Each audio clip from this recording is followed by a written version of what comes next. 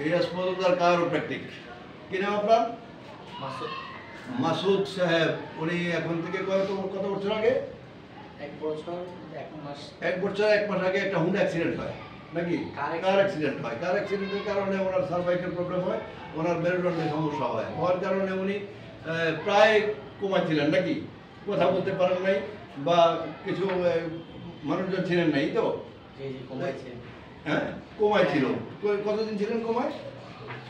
2-2.5 মাস কোমায় ছিল। 2-2.5 মাস কোমায় থাকার পরে আমাদের দেশীয় চিকিৎসা পদ্ধতি অনুযায়ী ওনার ঘাড়ে সার্ভাইকাল C1 থেকে C3 পর্যন্ত ওনার অপারেশন করে এবং নাট বোল্ট লাগানো হয়।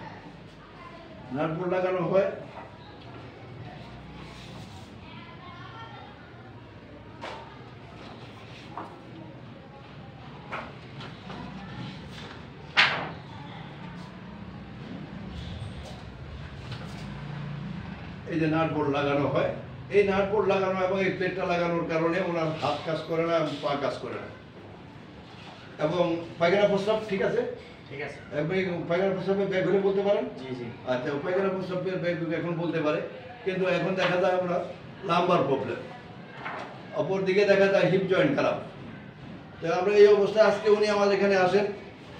উনি যে কীভাবে খবর পাইছেন জানি না, কীভাবে মুখর মারফতে উনি আমার এখানে আসেন চিকিৎসার জন্য।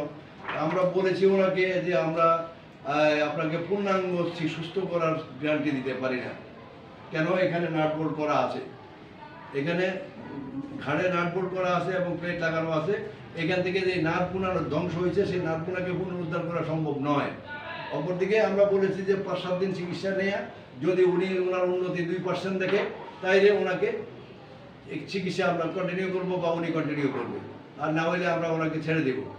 যে যদি আল্লাহ চায় তো ওনার উন্নতি এবং অগ্রগতি দুইটাই আমরা আপনাদেরকে জানাবো। খোদা হাফেজ।